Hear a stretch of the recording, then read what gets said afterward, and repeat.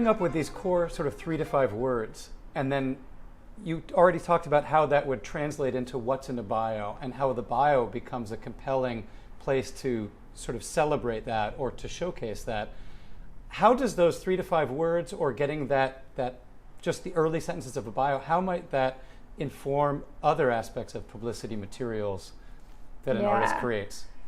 So everything should be a cohesive story. I think like any good publicist would tell you, a huge part of our job is really storytelling and making sure that that story is not one that we have to be there to tell, right? So an artist's materials, their website, their photos, their social media should all be telling that story.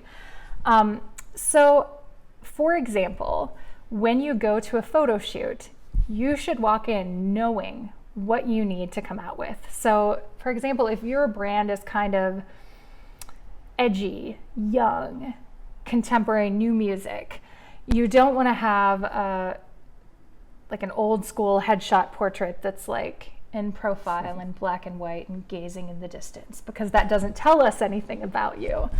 You know, conversely, if your specialty is interpreting Spanish repertoire, for example, you might not want to have something that screams punk, right? You want to think about what people are going to think about you when they see these images, and also where these images are going to be used. So for young artists in particular, you're going to use these on your website, you're going to use them on your social media, and presenters are going to use them to represent you in selling your shows. So if you know that you are going to be performing a certain type of repertoire, make sure that you have images that go along with that. Those 3 to 5 words should be fairly identifiable from your images. So I don't really have, for example, since my ideas are like genuine and engaging, I don't really have any photos that are like, you know, straight-faced and like crossed arm against the building, because that's not me, and that doesn't say anything about my personality or how I might work. I think anyone looking at your social media or your website should have some idea of who you are as a person and as an artist. And it Is should that helpful be, at all? Yeah, it's very helpful, and it should be uniform and cohesive across all fronts. I mean, even what font you're using. So absolutely, it should be colors. Cohesive. Yeah. So I would say,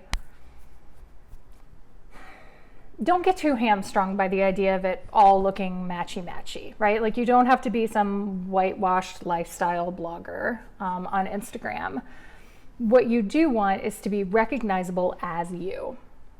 And that's some advice that I give for Instagram a lot. For example, I think people underestimate how polished a photo needs to be to go in the actual feed and what needs to be in that photo. So most people who follow you on Instagram are there because they like you.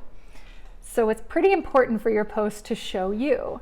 I think, you know, unless you are really just traveling around the world with just gorgeous new landscapes every day, I think the vast majority of people who follow you want to see what you're up to. So constantly showing them your food or a piece of sheet music might not be as engaging as your face behind the scenes in a rehearsal.